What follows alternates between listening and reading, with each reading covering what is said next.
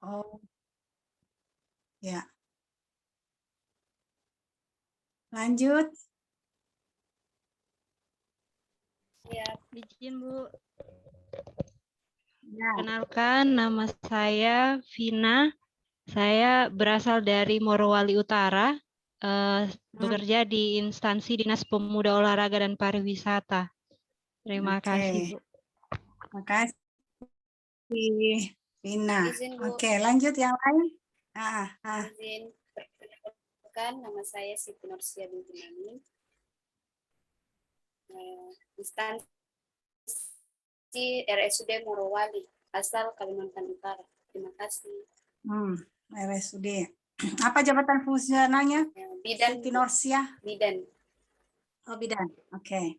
Ya, terima kasih. Ya, teman yang lain? Sudah Izin, Bu. komplit nih. Bidan. Izin Bu, perkenalkan Ya. nama saya Anwar Yunistisane, asal dari Morowali Utara. Sekarang guru kelas di SDN 2 Woso. Terima kasih. Oke. Aan. Guru. Jabatan fungsionalnya guru ya. Coba yang sisanya berapa orang lagi? 4 orang lagi? 3 orang ya? Berapa? Izin Bu. Ya. Silakan.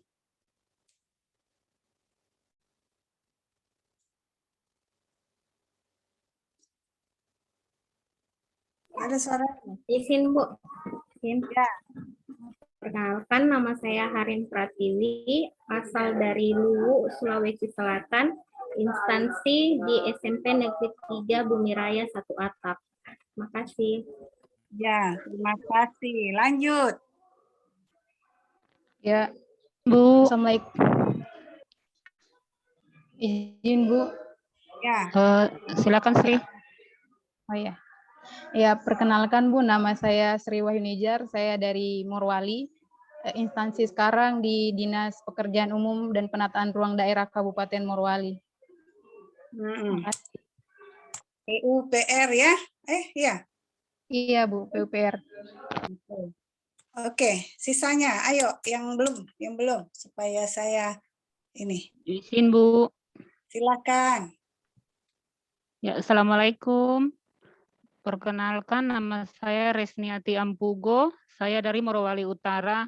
Sekarang bekerja di SDN Wata. Terima kasih. Guru berarti ya, SD. Ya. Oke. Masih ada? Ya, izin Bu. Ya. Perkenalkan. Silakan. Ya, perkenalkan, saya Erianti, asal saya dari Toraja, Sulawesi Selatan. Sekarang saya bekerja pada instansi SDN 2, SD Negeri Lombok kita sebagai guru kelas. Terima kasih, Bu. Terima kasih. Masih ada? Sudah selesai semua? 10 orang? Mohon izin Bu, satu lagi tapi agak keluar kayaknya tadi di pengaruh jaringan Bu. Sementara join. Maksudnya agak keluar, badannya masih di sini, tapi rohnya sudah keluar. Keluar lift dari room Bu. Ya, makasih Bu. Oke, bantu saya. Meeting satu Morowali 90. Saya kok nggak bisa masuk ya?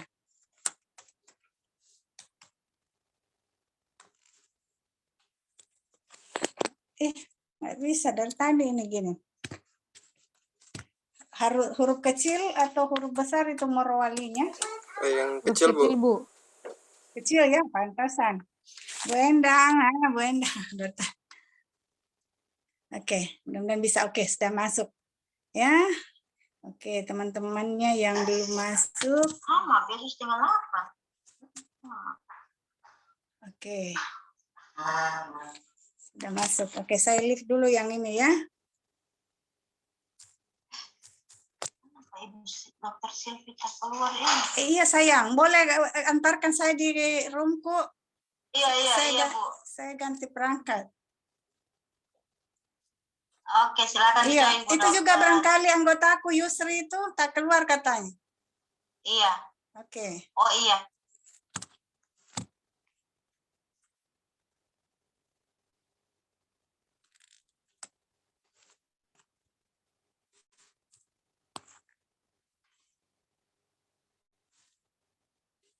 Oke, sudah Yusri di sini. Sudah Yusri belum? Saya jemput Yusri. Belum, Bu. Yusri, sempat ini ya?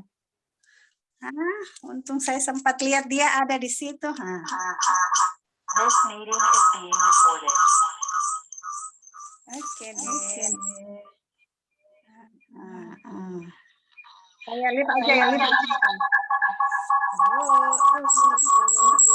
Aja di sini ya. Yusri, sudah ada juga di sini, Yusri. Belum, Bu, belum. Belum? Iya, Bu. Saya sudah jemput tadi dia di sana.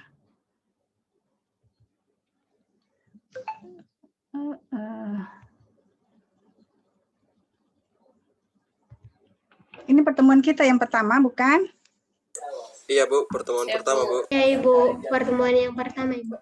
Pertemuan yang pertama sangat tar, saya buka ini, saya share ke screen. Kayaknya bagus semua jaringannya, Morowali ya. Mudah-mudahan sampai akhir pembelajaran kita tidak terkendala dengan suara dan ini. Mana? Oke. Kemudian agenda 3. Saya buka memang dulu semua.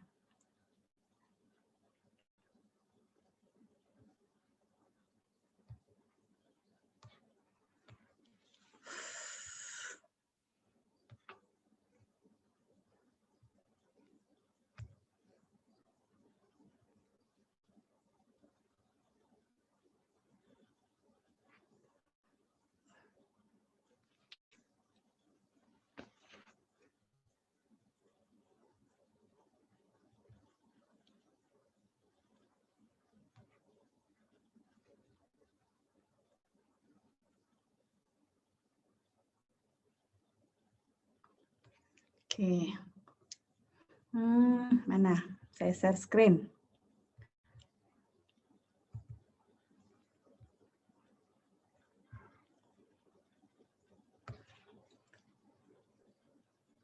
Oke, baik. Terima kasih teman-teman ya. Angkatan 90 Morowali ya. Ada 10 orang di kelompok 4 yang kita akan bertemu dalam beberapa sesi untuk agenda 3 ya. Dan ini pertemuan kita yang pertama. Izinkan saya juga memperkenalkan diri ya, setelah semua ada yang dari rumah sakit ya, ada bidan, ada guru ya, ada dari PUPR. Insya Allah ini akan banyak kita bertukar informasi, bertukar pengalaman, dan saya mendapat tugas untuk memfasilitasi teman-teman dalam pembelajaran distance learning ini ya, secara sinkronos maupun asinkronos. Ya, sinkronos itu waktu, tempat yang sama antara peserta belajar dan pemateri atau fasilitatornya. Ya, kalau asinkronos, kita dipisahkan oleh waktu mungkin, jadi waktunya nggak tetap. Ya, mau jam 12, mau ini, oleh karena itu kita diperlukan dengan sebuah sistem ya, LMS namanya. Tapi mungkin lagi gangguan ya. Itu saja yang bedakan.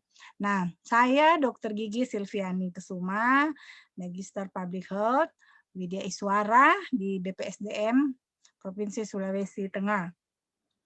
Ini nomor handphone dan sekaligus nomor WhatsApp, kemudian alamat email ada dan alamat rumah ya. Nah, silahkan. Kalau pendidikannya saya S1-nya FKG, Fakultas Kedokteran Gigi, Universitas Hasanuddin. Makanya dapat gelar dokter gigi.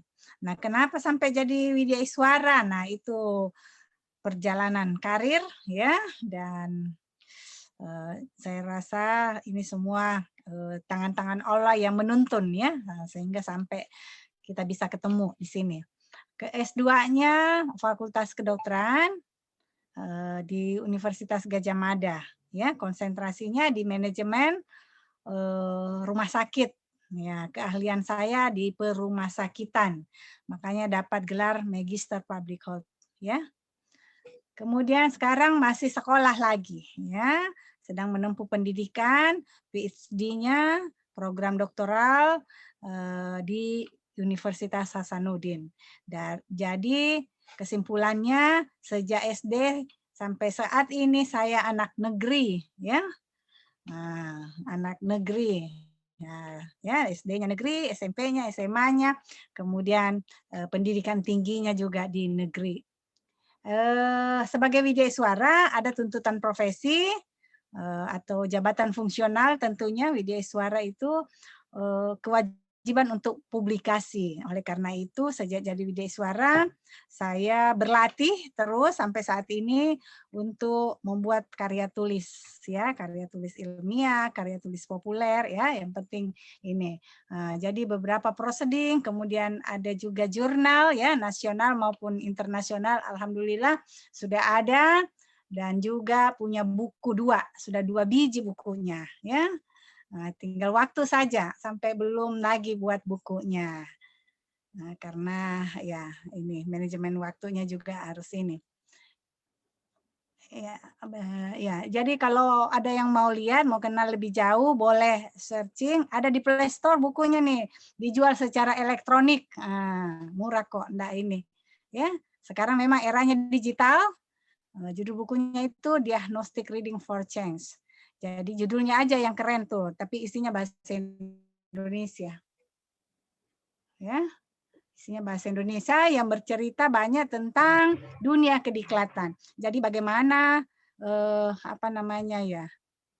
bagaimana prosesnya dari seorang tenaga medis, ya, pejabat fungsional dokter menjadi pejabat fungsional widyaswara, ya, seperti itu. Itu aja bukunya. Nggak tahu mau tulis apa pertama, ya. Yang penting memenuhi syarat, ada ISBN, halamannya kurang dari 100 lembar. Nah, itu semua yang menjadi persyaratan sehingga bisa diterima sebagai angka kredit. Kemudian saat ini kepangkatannya sudah 4 pembina utama muda, 4C. Alhamdulillah, ya, jenjang terakhir, tapi masih ada dari C, masih ada D, masih ada E. Insya Allah, ya. Itu yang diinikan. Dan pengalaman, kalau pengalaman, ya, saya diangkat dalam jabatan fungsional dokter tahun 2000, kemudian sebagai kepala bidang pelayanan medik tahun 2008 di Rumah Sakit Anuntaloko Parigi, ya. Berarti keahlian di S2-nya tuh yang mengena, ya. Dan saat ini saya widyaswara sejak tahun 2014 diangkat menjadi widyaswara di BPSDM Provinsi Sulawesi Tengah. Sehingga ya inilah tugas pokok saya sebagai fasilitator baik dalam pelatihan dasar, pelatihan kepemimpinan pengawas, dan pelatihan kepemimpinan administrator. Itu ya tupoksinya, ya, Dikjarti, kegiatan Dikjarti, pendidikan, pengajaran, dan pelatihan. Nah, kemudian sebagai widyaswara juga ada pengembangan profesi. Nah, itu kalau itu enggak lengkap, Dikjartinya banyak, tapi kalau enggak lengkap, tulisan karya ilmiahnya enggak bisa naik pangkat. Ya, karena itu persyaratan di semua jabatan fungsional, termasuk teman-teman semua, ya. Nah, jadi mulai dari sekarang berlatih. Nah, bagaimana caranya berlatih? Nah, itu mulai awali sekarang, buat laporan kegiatan aktualisasi sebentar, mulailah. Ya, tata cara penulisan, bahasa yang efektif, nah gitu, ya, tata urutan dan lain sebagainya. Ya, itu tentang saya, dan juga alhamdulillah, ya, bisa berbagi pengalaman dan ilmu juga di Fakultas Ekonomi Bisnis. Nah, karena saya background-nya juga sebagai entrepreneur. Nah, ini swastanya, ya, entrepreneur. Karena sebelum diangkat jadi CPNS memang saya sudah di sana, ya, jadi banyak pengalaman. Alhamdulillah kalau reward sudah 2 kali umroh gratis, ya, dibiayain.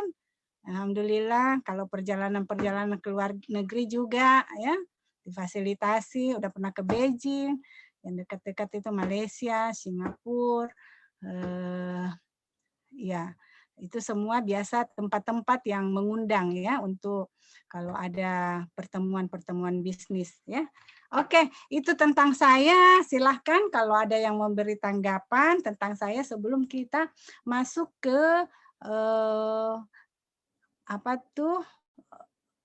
Bukan nilai-nilai agenda 3 itu peran dan fungsi ASN ya dalam kerangka NKRI. Nah, mungkin ada yang ingin memberi tanggapan, silahkan. Mungkin ada. Saya mau lihat interaksinya. Kalau nggak tanggapan, mungkin ada reaction. Iya, Vina senyum-senyum. Vina, ada yang ingin dikatakan? Farhan, Bu. Oh, Pak Farhan Raisen ya. Oke, silakan. Iya, Bu. Saya cuma mau tanya, Ibu asalnya dari mana, Bu? Dari Palu. Apakah orang Palu asli atau bagaimana, Bu? Orang Kaili? Iya.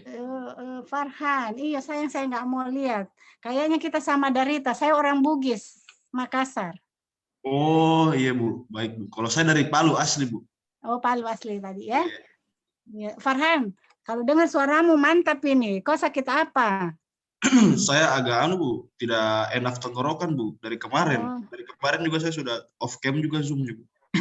Oh, batuk? Enggak, Ji, ada gejala-gejala ke COVID? Oh, tidak, enggak. Tidak ya? Lebih tahu saya, soalnya baru bulan kemarin terkonfirmasi, alhamdulillah sudah isolasi dan sudah beraktivitas kembali. Ya, moga cepat sehat ya. Iya, terima kasih, Bu. Interaksi kita itu ya lewat ini. Ntar dulu, saya mau cari ini.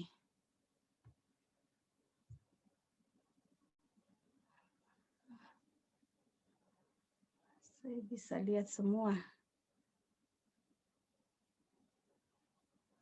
Farhan, Vina Avionita tadi.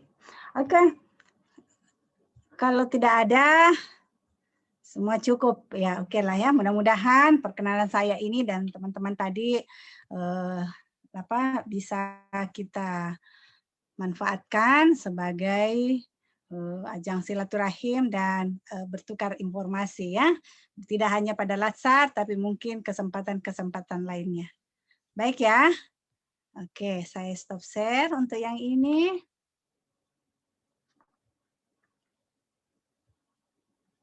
Kok ada lagi? Oke, udah kelihatan? Kelihatan, Bu, kelihatan. Kelihatan, Bu. Berbagi saya. Nah, ya, nah ini saya belum bisa bagikan di Collabjar, ya? Atau sudah ya? Ada yang sempat lihat? Soalnya lagi maintenance kata. Ya, di Collabjar. Ya, Ibu tidak bisa dibuka sama sekali Collabjar-nya. Ya. Ya, baik. Materi saya adalah kedudukan dan peran PNS dalam NKRI, ya, atau kita sekarang berdasarkan peraturan Lembaga Administrasi Negara nomor 1 tahun 2021, ya berarti sudah pandemi kita ya, itu tidak lagi berbasis mata pelatihan, ya, tetapi sudah berbasis agenda, ya. Dalam agenda 3 ini, inilah yang akan kita lakukan penguatan-penguatan, tetapi saya lebih berharap karena penguatannya untuk Anda ya, untuk ini. Kalau untuk materinya kan kita sejauh mana pemahamannya, sejauh mana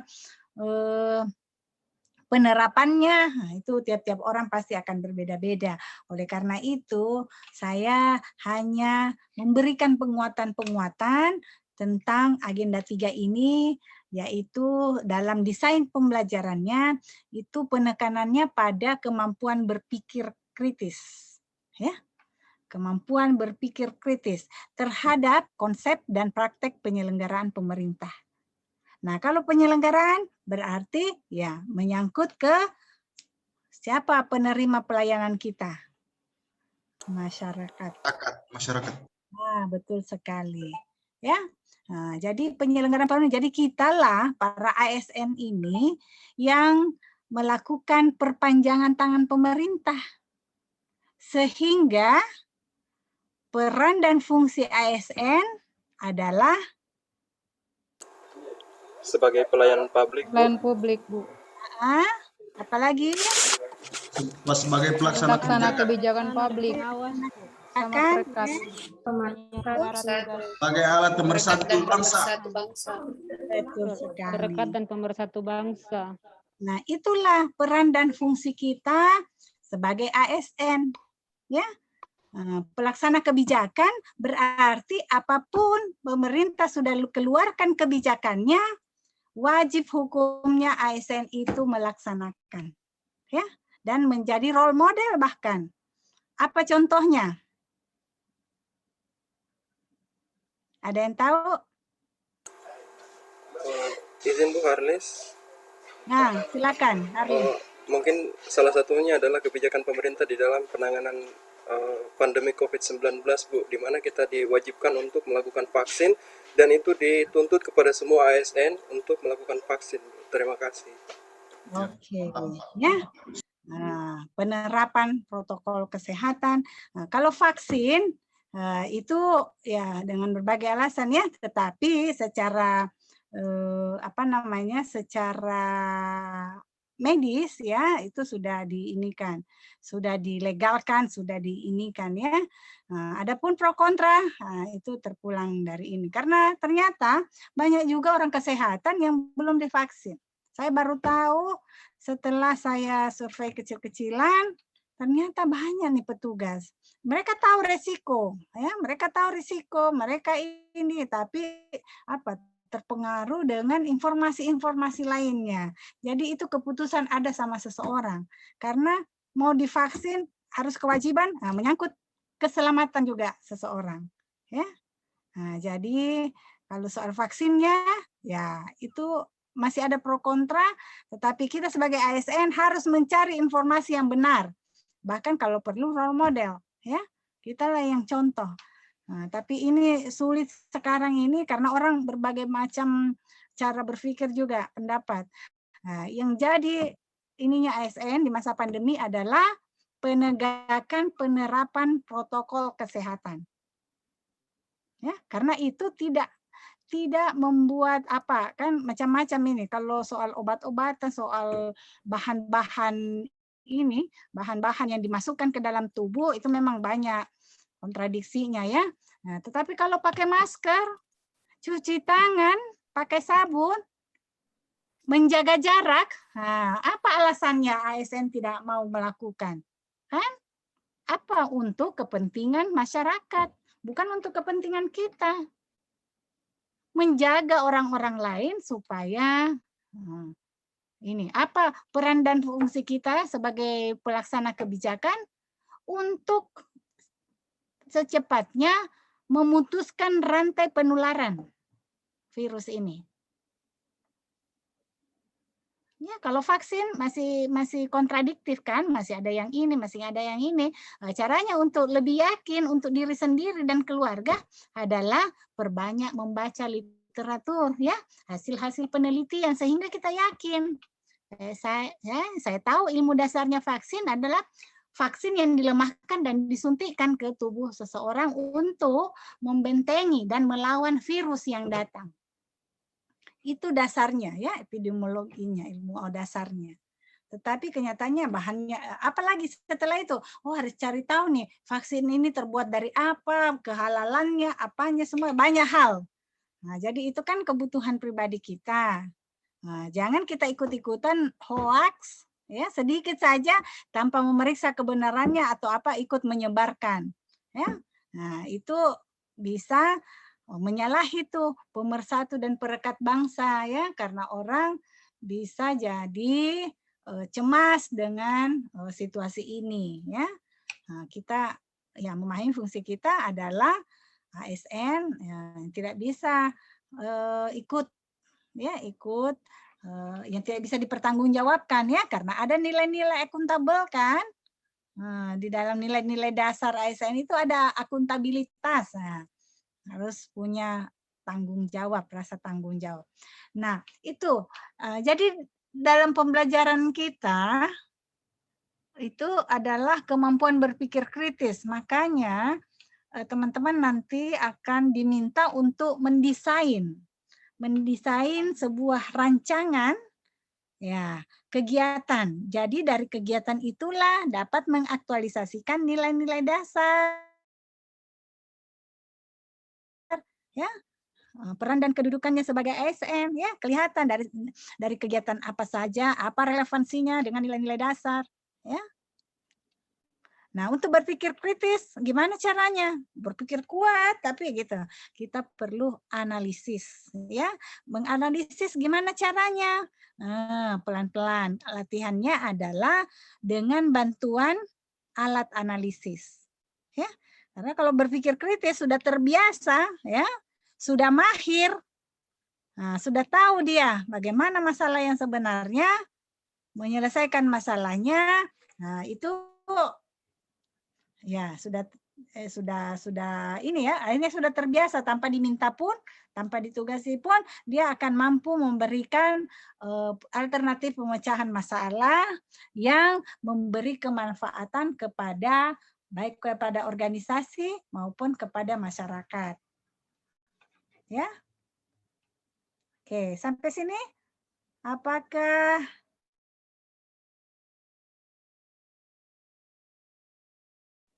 tanggapan atau respon atau pertanyaan? Silakan. Gak ada?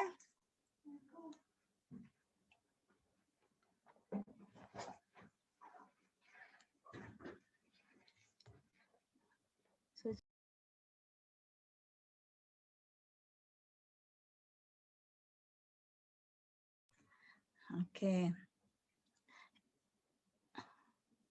Ada? Pemahamannya kita harus samakan persepsi dulu nih. Ya. Jadi kemampuan berpikir kritis terhadap konsep dan praktek penyelenggaraan pemerintahan. Bagaimana kita bisa melahirkan karakter sebagai pelayan masyarakat kalau kalau tidak memahami apa kebutuhan masyarakat, apa harapan masyarakat, ya, apa kebijakan pemerintah, ya, apa hak dan kewajiban kita sebagai penyelenggara pemerintahan. Kan itu semua yang ada pada agenda 3. Ya.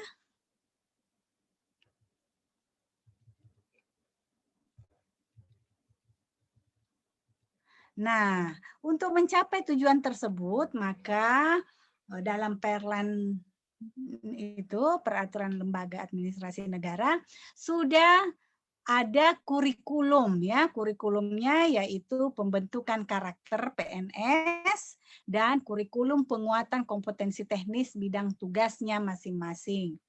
Nah, apa yang ada dalam pembentukan karakter PNS itulah yang ada dalam agenda. Ya, agenda pertama sikap perilaku bela negara ya, wawasan kebangsaan dan nilai-nilai bela negara. Yang kedua, nilai-nilai dasar PNS atau kita sebut aneka. Masih ingat? Ya. Nah. Ya, sudah lewat kan? Sudah, kita sudah karena kita sudah di agenda 3. Ya. Oke. Nah, peraturan sebelumnya, kurikulum sebelumnya aneka itu ataukah di bela negara itu bukan satu orang widaiswara, tetapi beberapa widaiswara per mata pelatihan. Ya. Nah, sekarang di kurikulum yang baru itu satu widaiswara sudah diserahi tanggung jawab untuk satu agenda. Ya. Kemudian sekarang agenda 3 kedudukan dan peran PNS dalam NKRI.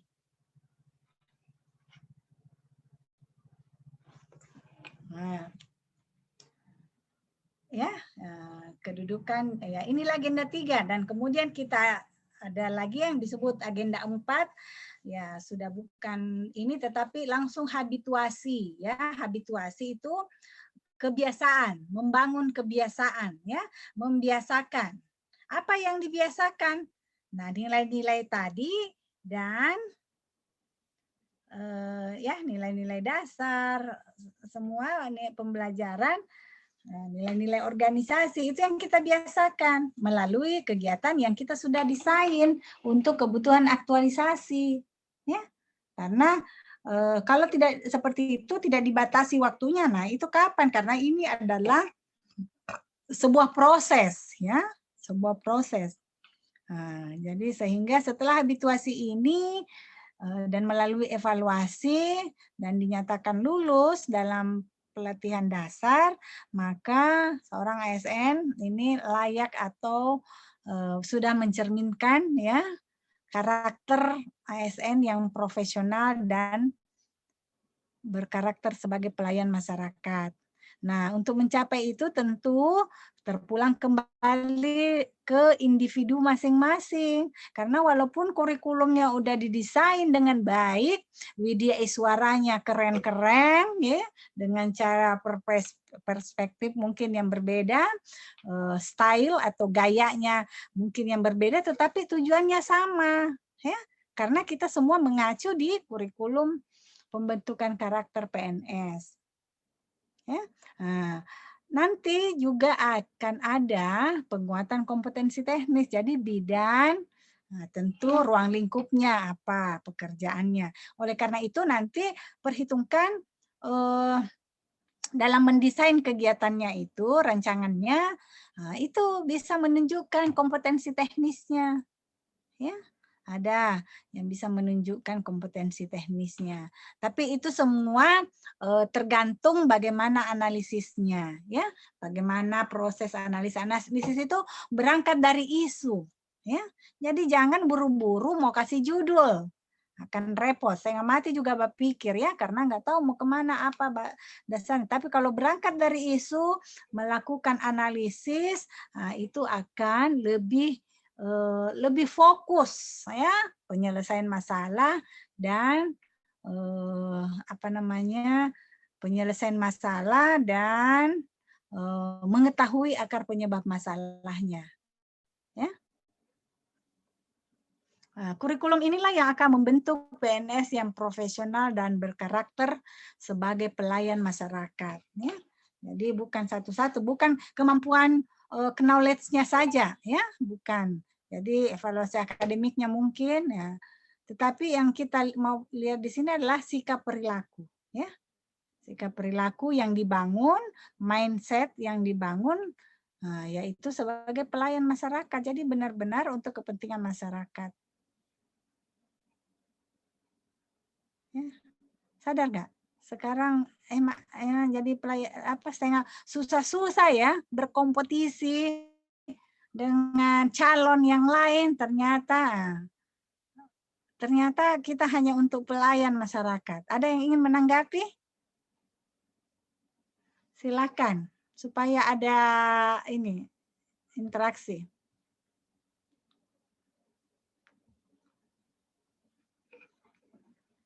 Saya Bu, izin. Ya, silakan. Saya nggak lihat mungkin di sini setelah saya pelajari materi di MOOC, yang saya tangkap adalah keterkaitan kedudukan, peran, hak, dan kewajiban ASN. Yakni pegawai ASN berkedudukan sebagai unsur aparatur negara yang menjalankan kebijakan yang ditetapkan oleh pimpinan instansi pemerintah, serta harus bebas dari pengaruh dan intervensi semua golongan dan partai politik. Di sini peran ASN sebagai pelaksana kebijakan publik, contohnya tentang kenetralitasan ASN.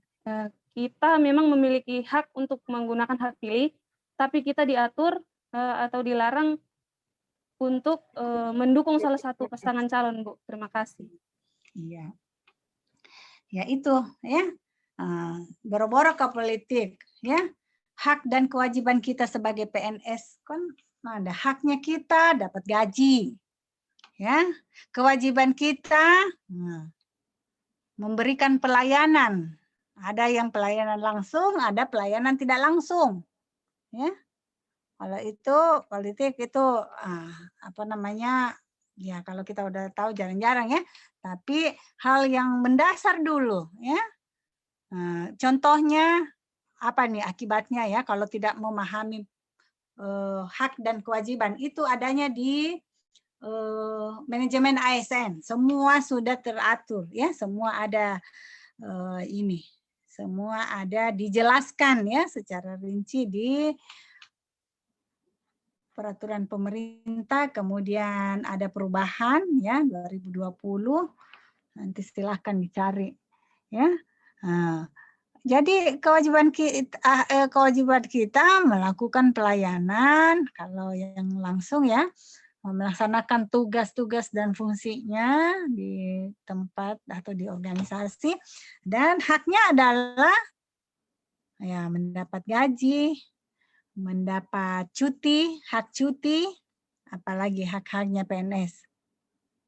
Perlindungan, Bu. Jaminan pensiun Bu di hari tua. Nah, jaminan hari tua. Nah, ya.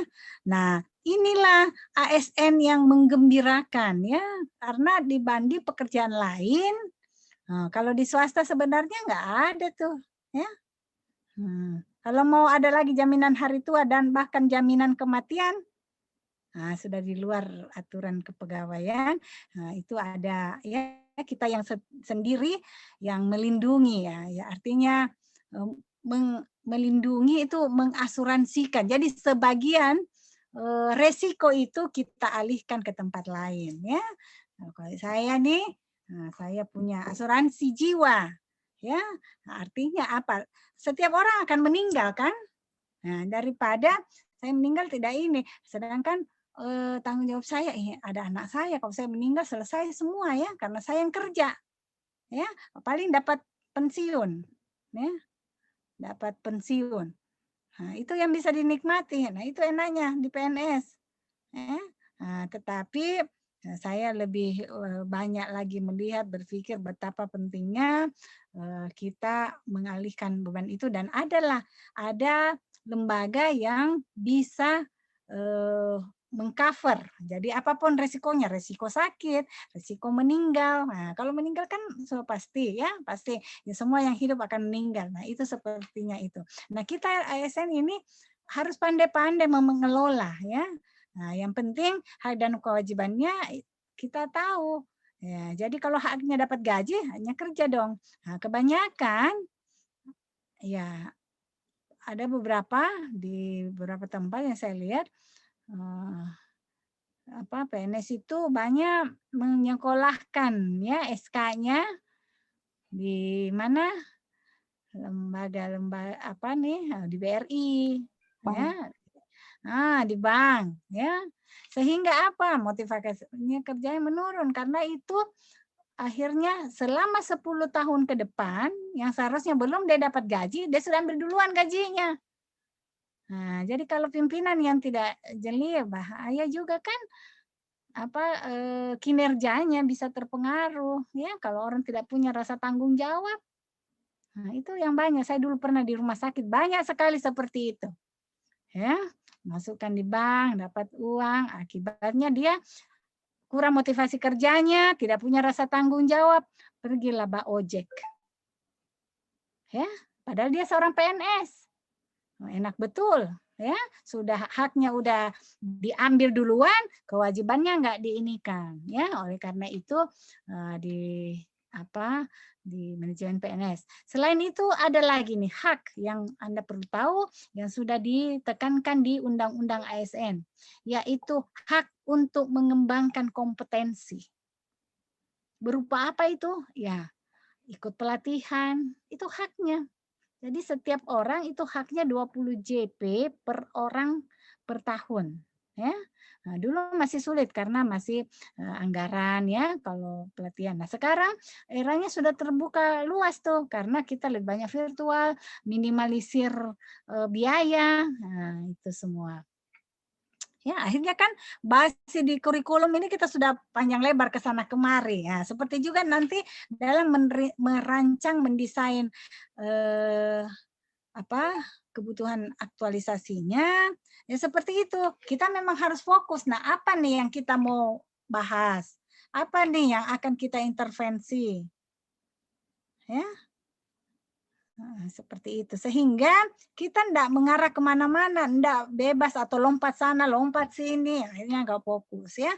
Nah, menyulitkan juga nanti pada saat evaluasi akhir sulit mengumpulkan bukti-bukti, atau pada saat penguji nanya asal jawab gitu ya.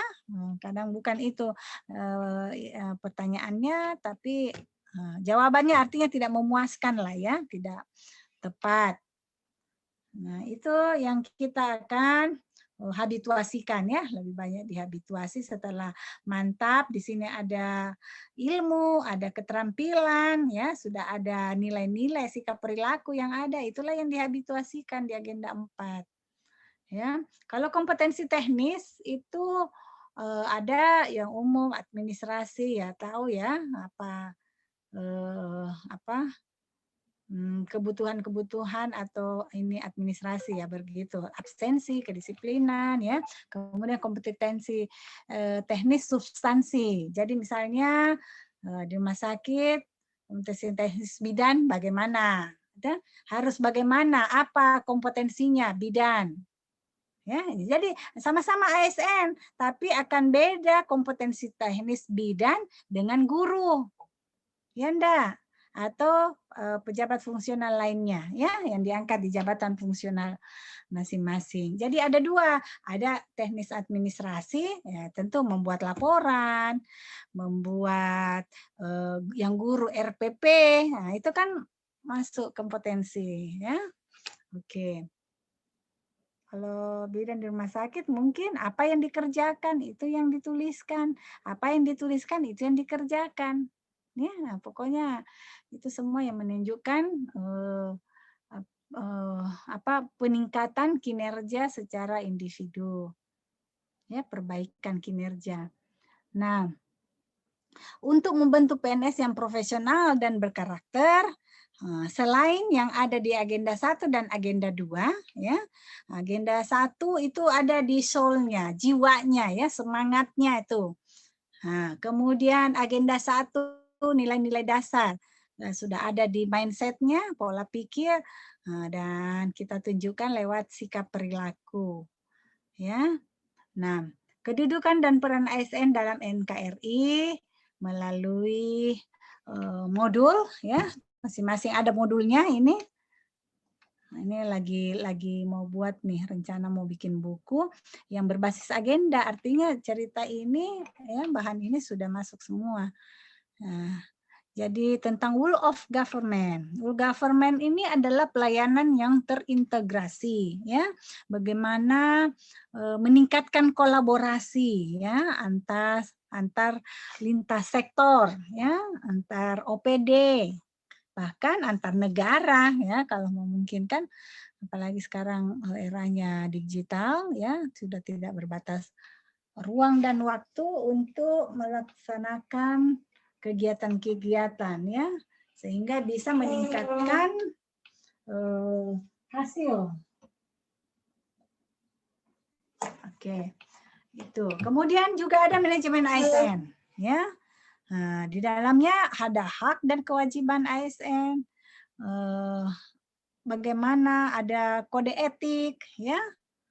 Nah, itu bagaimana tata kelola lah sebagai seorang aparatur sipil negara. Dan yang ketiga adalah produksi kita, produktivitas kita berupa pelayanan ke masyarakat. Ya. Nah, kalau pelayanan itu bukan berarti diri kita, tetapi juga termasuk organisasinya, termasuk manajemennya, termasuk sarana prasarananya, ya. Jadi dikatakan pelayanan publik yang buruk, berarti tidak tertuju kepada seseorang, tetapi tertuju kepada pelayanan yang dia berikan. Oleh karena itu, dalam pelayanan publik selalu mengacu kepada standar pelayanan minimal. Standar pelayanan minimal inilah yang menjadi ukuran antara pemerintah, masyarakat yang menerima pelayanan, dan provider, pemberi pelayanan. Kalau di rumah sakit misalnya ya, contohnya, di rumah sakit di sini, itu standar pelayanan di standar pelayanan rumah sakit di instalasi gawat darurat itu sudah ada standarnya. Untuk siapa standar itu? Ya untuk petugas, untuk manajemen rumah sakit, untuk masyarakat, untuk pemerintah. Ya, dan kenapa ada pemerintah? Pemerintah yang bertanggung jawab soal penggunaan anggaran, ya. Di situ ada kita penyelenggara pemerintah kan. Nah, dan juga ada masyarakat. Loh, masyarakat kenapa? Bagaimana dia bisa harus, karena setiap standar pelayanan itu ada ukuran kepuasan masyarakat. Itu harus 100%. Itu pelayanan langsung ya, sedapat mungkin 100%. Lantas bagaimana dong? Kita sudah berikan yang terbaik ini ya secara individu, tapi kok masyarakat masih banyak yang komplain. Nah, itulah kita lihat standarnya, perlunya standar ya. Oleh karena itu setiap institusi pemberi pelayanan harus mempunyai standar pelayanan minimal. Di sekolah ada. Ya, kalau di rumah sakit contohnya standar pelayanan minimal rumah sakit untuk unit gawat darurat. Siapa tadi yang bidan? Ibu bidan? Boleh tahu di mana ininya? Di unit apa? Ininya? Unit kerjanya? Siapa?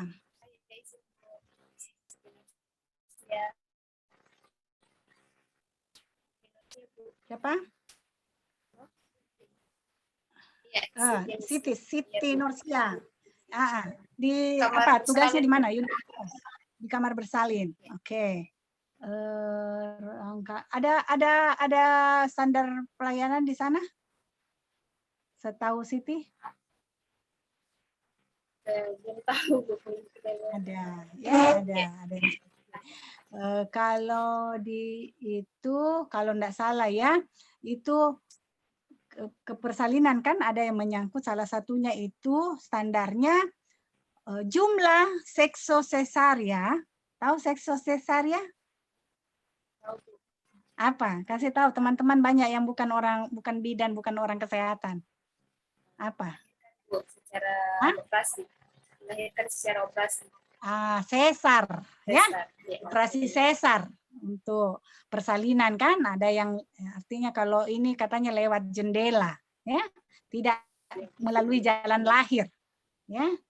Nah, jadi lewat jendela itu enggak boleh lebih dari 20% angkanya. Itu ukurannya. Nah, saya lalu di bidang pelayanan ya karena saya punya ilmunya, saya tahu. Jadi walaupun dokternya hebat atau apa ini tetapi ukuran standarnya masih ada nih kita yang di bawah standar. Karena ternyata saya buka datanya jumlah pelayanan seksosesaria itu sudah hampir 50%, sudah sebanding karena program pemerintah banyak ada biaya pelayanan. Operasi sesaria ada biaya kan? Ada biaya obat, ada biaya perawat inap, ada biaya apa? Nah, itu semua yang sebuah sistem yang ada oleh hingga menjadi ukuran bersama. Masyarakat juga mendapatkan jaminan mutu, ya. Jaminan mutu. Lah, kalau persalinan normal lebih bagus, lebih aman, ya karena tidak ada di sana obat-obatan lagi kan, paling obat luka, ya antibiotik. Ya. Setelah itu ada yang malam ini melahirkan ya 1 hari saja di rumah sakit sudah pulang. Ya, kalau tidak ada komplikasi atau tidak ada ini. Ya, kalau seksosesaria, kasihan ya, banyak lukanya. Kok saya sudah banyak ke situ ya? Sudah banyak. Tapi paham nggak ini ya? Saya kasih contoh-contoh seperti itu supaya lebih detail, ya. Lebih detail apa artinya itu pelayanan. Nah, pelayanan publik. Nah, itu pada saat seperti itu di unit perinatologi, ya, di unit persalinan itu ada standarnya, salah satu standar ya indikatornya itu jadi banyak standar-standar itu saya cuma ambil satu contoh.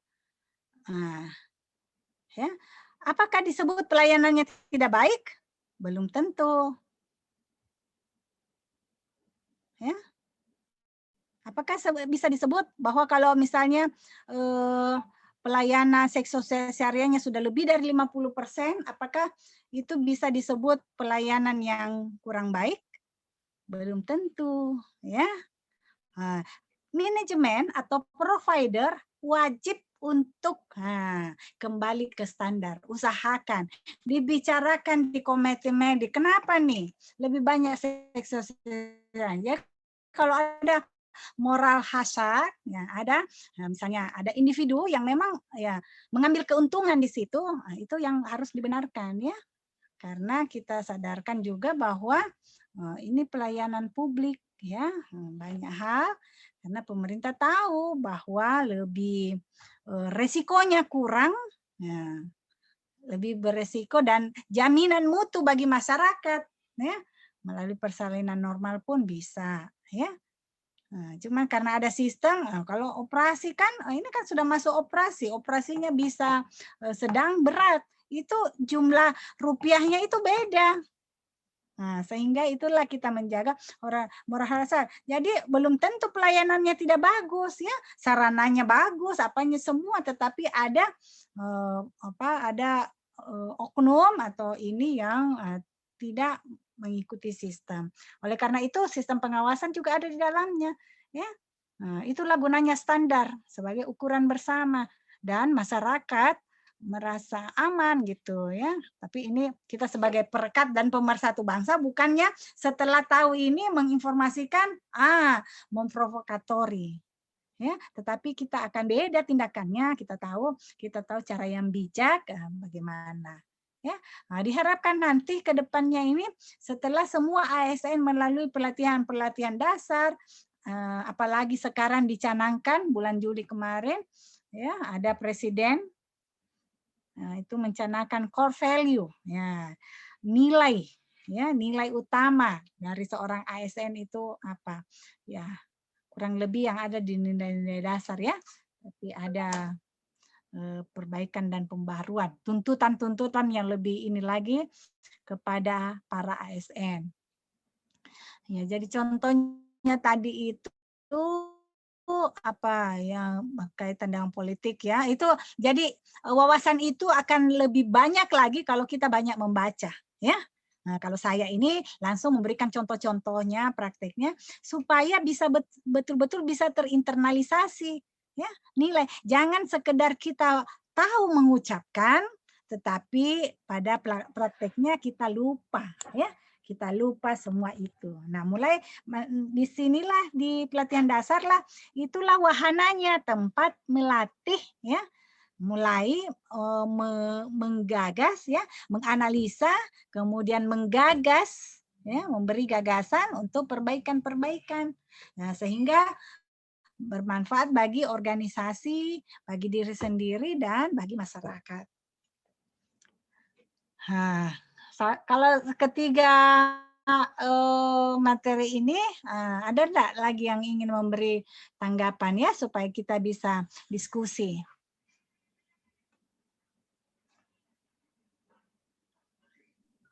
Izin Bu Yusri. Ya, silakan. Mohon maaf sebelumnya Bu, saya tadi melewatkan sesi perkenalan berhubung karena perangkat di laptop saya Zoom-nya agak bermasalah, jadi saya pindah perangkat di HP Bu. Oh gitu. Ya, perkenalkan Bu, nama saya Yusri, asal instansi dari SMP 1 Bumi Raya. Ya.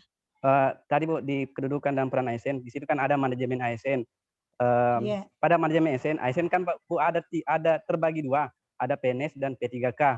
Pertanyaan saya, apa yang membedakan antara PNS dengan P3K? Itu yang pertama Bu. Untuk yang kedua, apakah boleh seorang ASN mengkritisi pemerintah?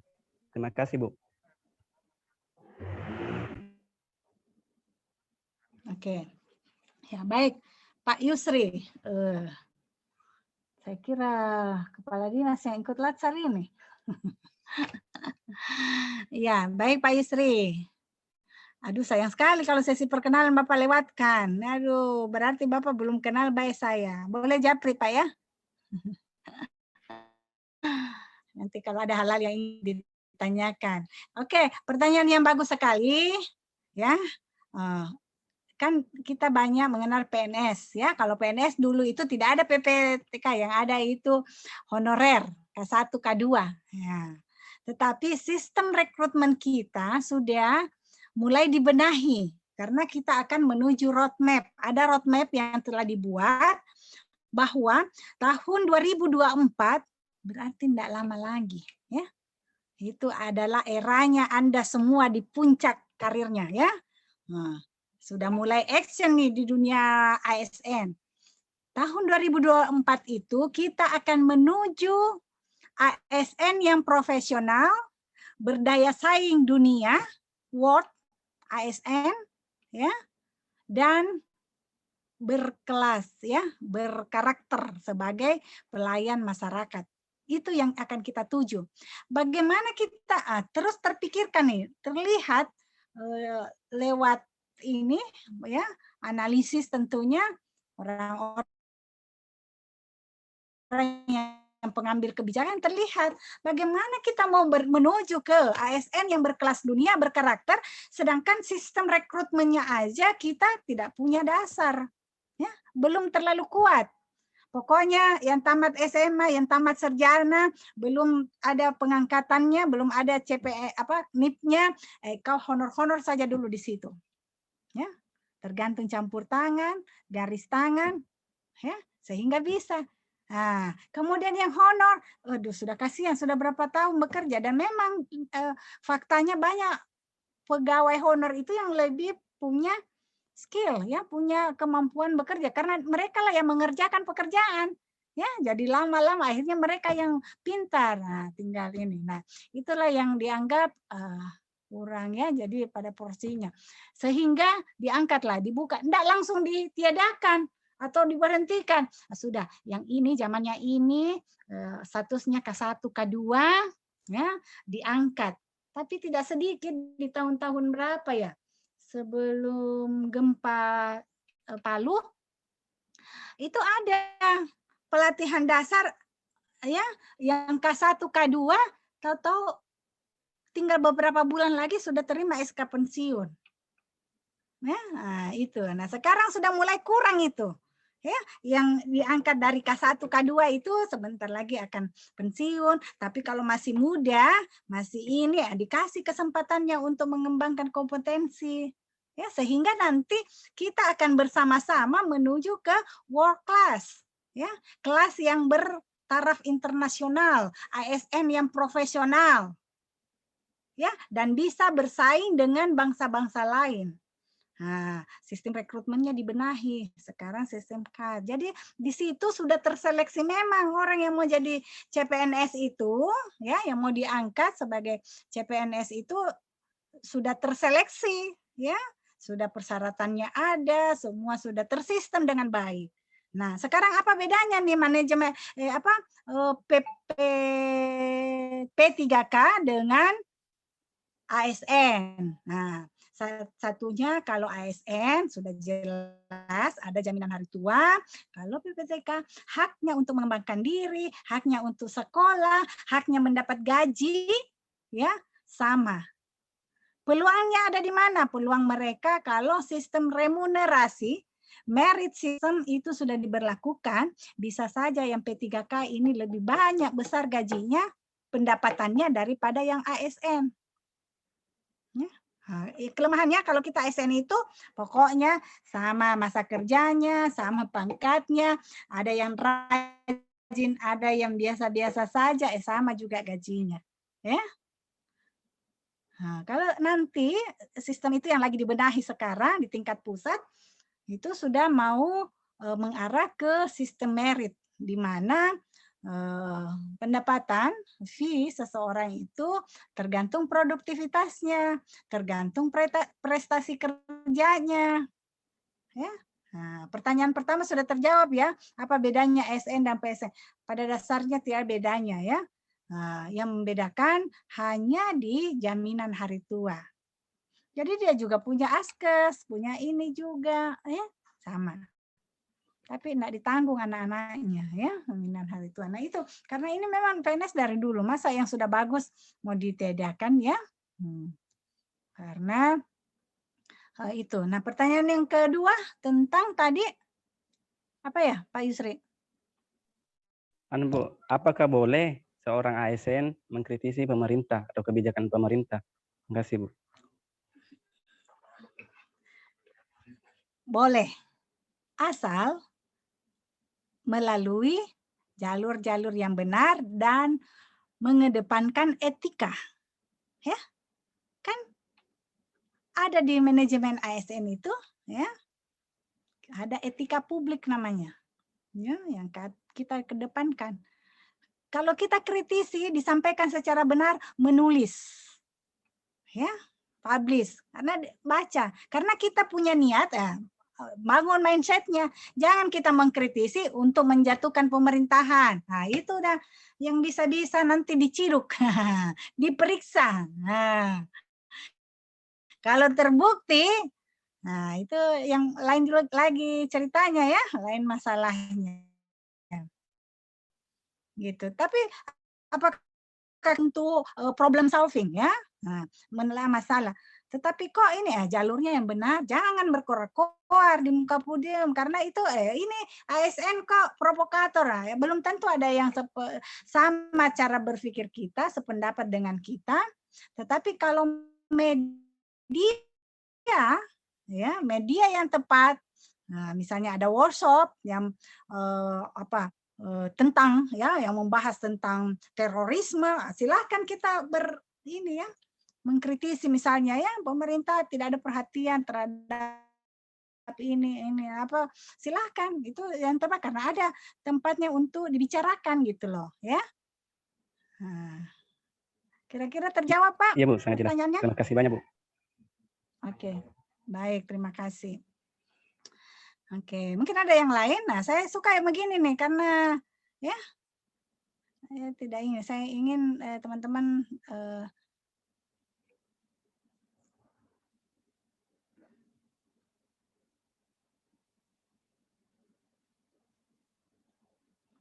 .30. Oke, masih ada waktu. Nggak ada lagi? Oke, lanjut. Ya, kita lanjut. Oh, saya tahu. Oke.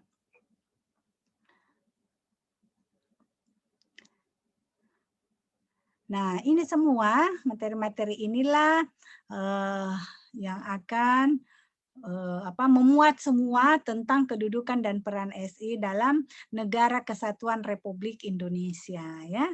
Nah, saya tidak ingin ini bahas satu-satu, tetapi yang saya ingin tunjukkan adalah hasil belajar ya. Hasil belajar apa yang diharapkan pada agenda 3 ya. Dan saya tidak mengkotak-kotakan ya. Nah, saya cuma lihat langsung ke output yang ingin dihasilkan dari pelatihan dasar ini ya. Karena kita ini kan berikan kewenangan-kewenangan, misalnya saya ditugaskan untuk memfasilitasi di agenda 3. Tetapi sistem pembelajaran tidak hanya agenda 3 nih ya. Nah, tetapi seorang peserta latsar itu sudah bisa menginternalisasi juga nilai-nilai dasar ini ya. Nah, saya tidak pilih-pilih, tetapi bagaimana teman-teman secara utuh itu mendapatkan manfaat dengan pelatihan dasar dan bisa menunjukkan sikap-sikap ya yang profesional dan berkarakter sebagai pelayan masyarakat. Nah, hasil belajar kita yaitu ya mampu mengaktualisasikan konsep dan penerapan rule of government ya dan best practice penerapan rule of government dalam pemberian pelayanan yang terintegrasi ya terintegrasi ya terhubung. Sekarang sudah banyak. Buktinya apa? Ya. Terintegrasi dengan adanya digitalisasi memungkinkan. Capilduk ya. mau berangkat, mau ini ketahuan siapa yang ini ya, vaksinasinya belum ada atau apa, itu semua sudah terekam dengan baik. Jadi hanya dengan iktp kita sudah punya data seseorang ya, terintegrasi semua. Ya, bahkan muncul inovasi-inovasi baru ya. Nah, dengan iktp ada rumah sakit ya yang memberikan, rumah sakit bersalin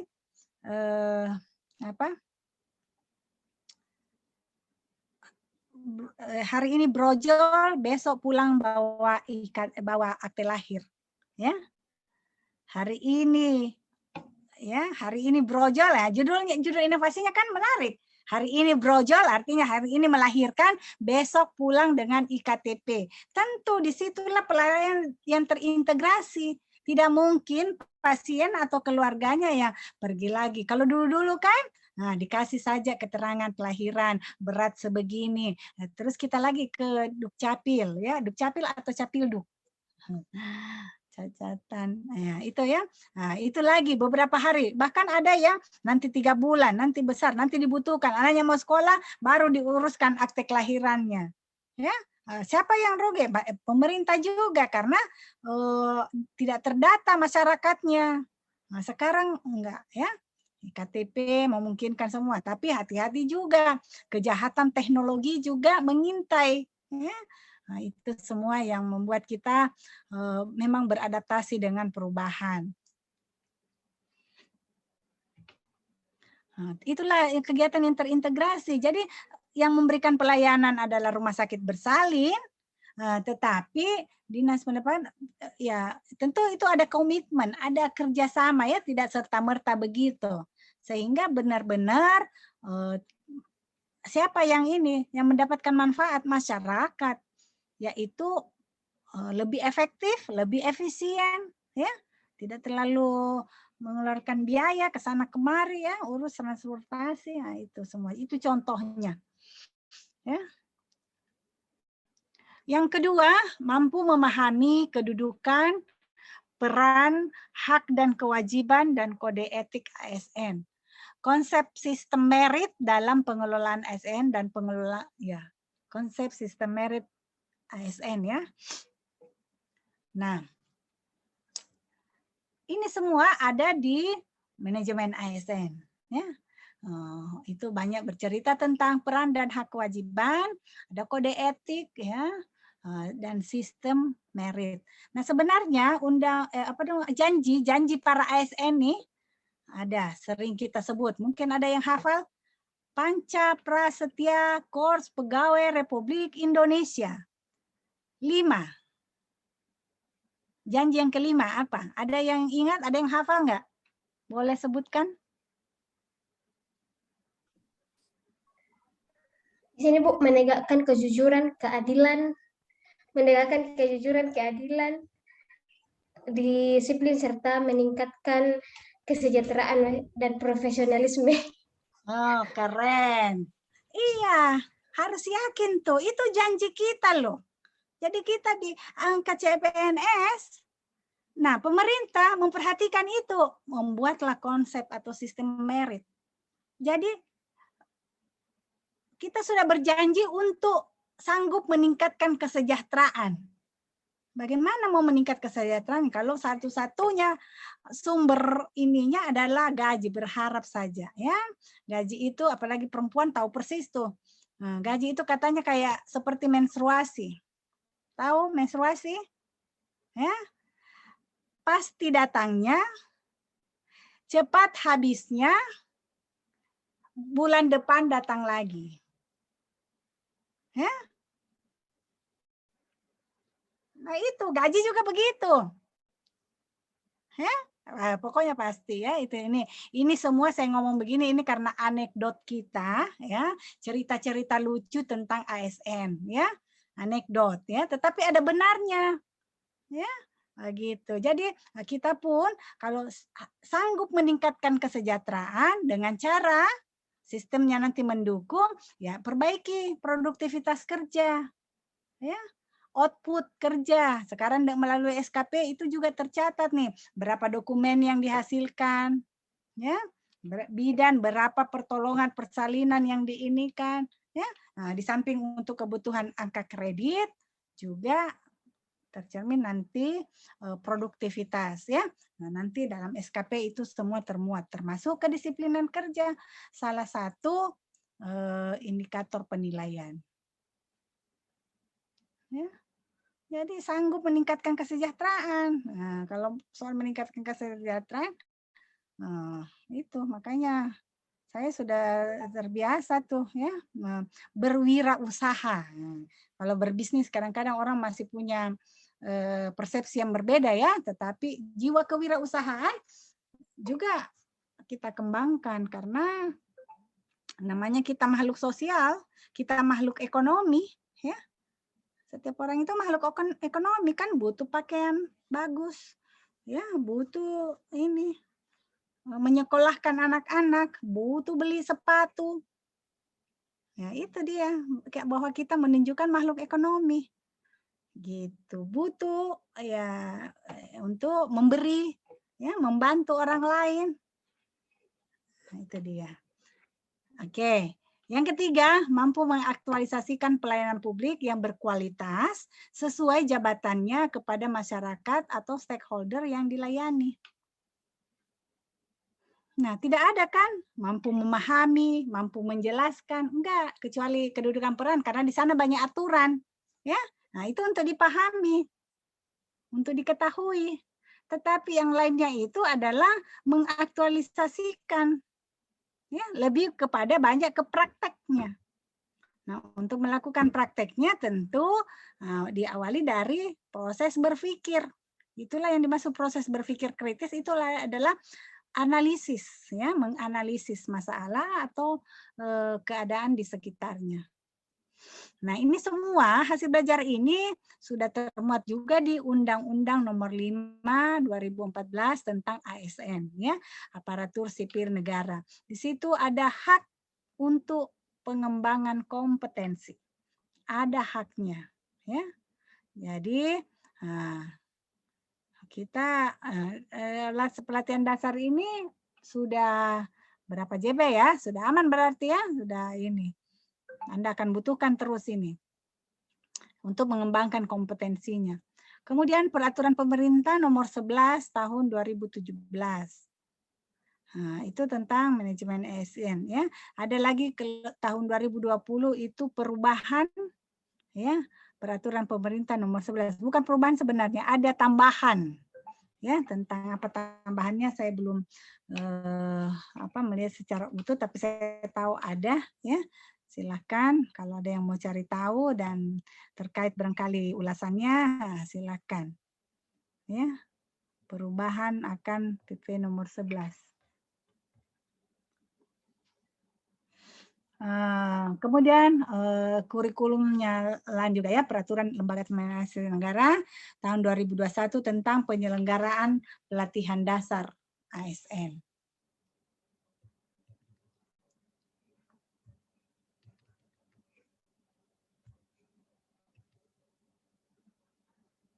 Ya, nah sistem latsar ini sesuai dengan peraturan nomor 1/21 tentang pelayanan dasar CPNS ya, tentang pelatihan dasar CPNS 2021 atau 2020 ya. Oh ini yang ini perubahannya ya, ada ini terbaru. Jadi itu ada input, proses, dan output. Ya, nah, inputnya apa? Yaitu peserta. Inilah peserta. Prosesnya ada perencanaan, ada pelaksanaan sampai evaluasi. Ya, outputnya apa? PNS yang profesional dan memiliki karakter. Nah, sistemnya itu ada klasikal. Kalau dulu kita adakan klasikal, ketemu satu ruang ya bisa. Tapi sejak ada pandemi didesain menjadi blended. Ya, jadi secara e-learning. Kemudian ada klasikalnya ya. Kalau di perlan ini klasikal itu 6 hari. Nah, tapi satu dan lain pertimbangan sehingga penyelenggara yang bekerja sama dengan kabupaten. Nah, itu memutuskan kegiatan LASAR kita untuk tahun ini kita putuskan full e-learning ya. Belum memungkinkan untuk kita laksanakan klasikalnya. Ya, insya Allah kalau semua sudah memungkinkan ada ini lagi kebijakan lagi ya kita sudah boleh laksanakan. Ya. Nah, strategi pembelajarannya adalah ya sudah kenal agenda 2 ya. Nah, sekarang di agenda 3. Ini sama-sama menganalisis dan mencari tahu apa penyebab dari masalah tersebut ya. Nah, kalau ini penyebabnya udah tahu, kita tariklah nilai-nilai dasar ya, aneka. Nah, kalau di agenda 3 sama-sama cari penyebab dari masalah ya. Tapi penyelesaiannya adalah apakah manajemen ASN, of government atau pelayanan publik. Nah, ini semua itu kita berangkat dari kasus atau berbasis isu ya. Kita tidak ini kan kasus tapi isu apa yang marak, apa yang lagi aktual ya, itu yang diangkat. Oleh karenanya itu penting sekali menentukan isu apa yang akan ditarik ke dalam rancangan ya, di dalam rancangan aktualisasi. Dari sini setelah tahu penyebabnya, disitulah bisa menimbulkan gagasan kreatif ya. Gagasan kreatif inilah yang dituangkan ke dalam kegiatan-kegiatan. Kegiatannya ini bisa menunjukkan nilai-nilai aneka yang sudah ada ya, nilai-nilai dasar dalam pelaksanaan tugas dan fungsinya sebagai seorang ASN. Nah, pelayanan publik yang buruk dilakukan analisis untuk mengetahui penyebab. Apakah karena kompetensi teknis sumber daya manusianya, kurangnya sarana prasarana, kurangnya dukungan teknologi, tidak adanya standar prosedur. Nah, itu analisisnya berbeda dengan ini. Kalau tidak adanya komitmen, tidak adanya integritas, itu kira-kira apa nih? Di 5 itu banyaknya keaneka ya. Ya, penyelesaiannya itu strateginya itu perbaikan pelayanan ya, pelayanan publik, WOG. Nah, tapi kalau 1 2 3 4 5 1 2 3 4 itu yang agenda 3 ya. Cara analisisnya atau menemukan penyebabnya itu. Nah, kita berbasis agenda. Ya, itu dia. Strategi pembelajaran pada agenda 1, 2, dan 3 itu berbeda. Nah, itu sudah dikemas oleh para widyaswara untuk punya strategi sendiri dalam memfasilitasi peserta LASAR. Nah, ya, Presiden RI pada bulan Juli itu sudah mengeluarkan lagi mencanangkanlah core value bagi ASN ya. Apa itu? Core value itu juga nilai ya, nilai-nilai utama yaitu berakhlak. Let's talk ayam aparatur sipil negara. Ayo kita katakan saya bangga jadi ASN, saya ASN gitu kan? Enggak ini ya. Apa itu berakhlak? Berorientasi pelayanan, akuntabel, kompeten, harmonis, loyal, adaptif. Jadi ini akronim ya. Akronim dari berakhlak itu termasuk. Jadi nilai akuntabel, nilai kolaboratif, pasti kan sudah di WOG ya. Pelayanan publik, manajemen ASN ya terkait. Nah, jadi kita pembelajaran masih agenda 2, tapi kita juga tidak menutup mata terhadap perubahan yang terjadi. Nah, ini kebijakan pemerintah yang baru ya, bahwa setiap ASN harus punya core value ini ya, berakhlak. Nah, itulah yang saya ingin sampaikan dan penguatan-penguatan untuk agenda 3. Dan ya tadi sudah ya, alamat email dan nomor telepon. Nah, ini kita sampai 2.30 kah? Benar ya? 2.30 ya? Iya, Bu. Iya, Bu.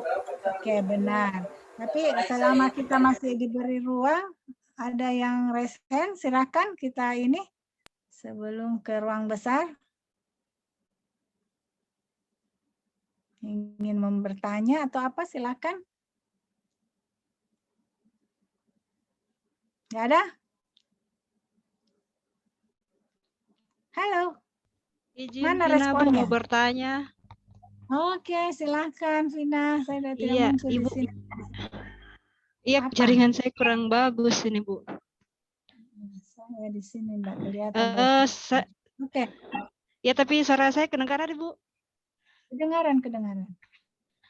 Silakan. Mau bertanya, Ibu, ini kan di instansi saya, kita kan kalau di bidang pariwisata itu, Ibu, pelayanannya mungkin secara tidak langsung. Artinya kalau bidang saya ini bidang untuk menyediakan data-data kepariwisataan. Tapi ketika saya masuk, bisa dibilang itu data di dalam itu kurang maksimal. Terus belum ada SOP yang memang ada untuk bagaimana SOP untuk analisis data atau SOP metode pengumpulan datanya seperti apa. Yang saya mau tanyakan Ibu, bagaimana nanti itu pas kalau mau diangkat di aktualisasi, apakah satu macam saja atau bisa dikaitkan kedua-duanya? Takutnya nanti kalau saya angkat kedua-duanya, saya yang kerepotan begitu Ibu. Terima kasih. Kalau ini mohon sarannya Bu. Baik, terima kasih pertanyaannya. Jadi yang dimaksud di sini analisis adalah proses berpikir kritis, ya. Beda analisis penelitian, ya. Penelitian memang ya itu cari data-data dari ini. Jadi nggak perlu memberatkan diri, menyusahkan diri. Lihatlah ya, kalau kita datanya itu kondisi saat ini bagaimana, deskripsikan, kemudian kondisi yang diharapkan, ya. Sehingga kita tidak data-data, kita cuma 1 bulan loh. Ya, sebentar lagi agenda 3, bimbingan, sebentar lagi sudah evaluasi rancangan. Ya, nah gitu. Ya, kira-kira bisa menjawab itu karena setelah ini nanti akan ketemu coach masing-masing. Ya, cara pendampingan coachnya itu berbeda-beda ya. Nah, jadi saran saya lebih bagus lakukan analisis pentahapan. Kita akan ada 3 sesi lagi. Ya, 3 sesi lagi waktu saya lebih banyak bukan lagi mengulang-ulang itu teori-teori atau modul, silakan belajar sendiri ya, tetapi lebih kepada keterampilan menganalisa. Mau tidak? Ya, keterampilan menganalisis sehingga kualitas rancangannya nanti oke. Ya, tahu kenapa diangkat judul itu. Ya. Nilai kemanfaatan apa yang dia berikan. Jadi apa? Mudah menginternalisasi apa yang sudah dia tahu, nah, tinggal membiasakan. Ya. Tetapi itu akan sulit menyusun kegiatan-kegiatan kalau isunya saja belum beres. Jadi ada caranya, ada tekniknya. Nah, bagaimana kita berangkat dari isu, menganalisis, sehingga kita ketemu nih apa yang akan kita kerjakan di kegiatan aktualisasi. Ya, nangkap? Ya, baik Bu. Terima kasih. Baik, saya rasa kita akhiri dulu ya pertemuan kita. Yang pertama, nah, masih ada pertemuan berikutnya insya Allah. Ya, kalau begitu saya ucapkan terima kasih. Sampai jumpa kembali. Terima kasih, sama-sama Ibu. Besok ya? Besok pagi ya? Iya, besok pagi Bu. Besok pagi Bu. Berarti masih segar ya. Nah, siapkan kalau sudah ada yang siap rancangannya, cepat benahi apa yang saya maksudkan, sesuaikan. Oke, ya, supaya kita lebih efektif lagi dalam pembelajaran. Oke, sampai jumpa. Wassalamualaikum warahmatullahi wabarakatuh. Waalaikumsalam warahmatullahi wabarakatuh. Waalaikumsalam warahmatullahi wabarakatuh. Terima kasih Bu. Terima kasih Bu. You're welcome. Kembali kasih.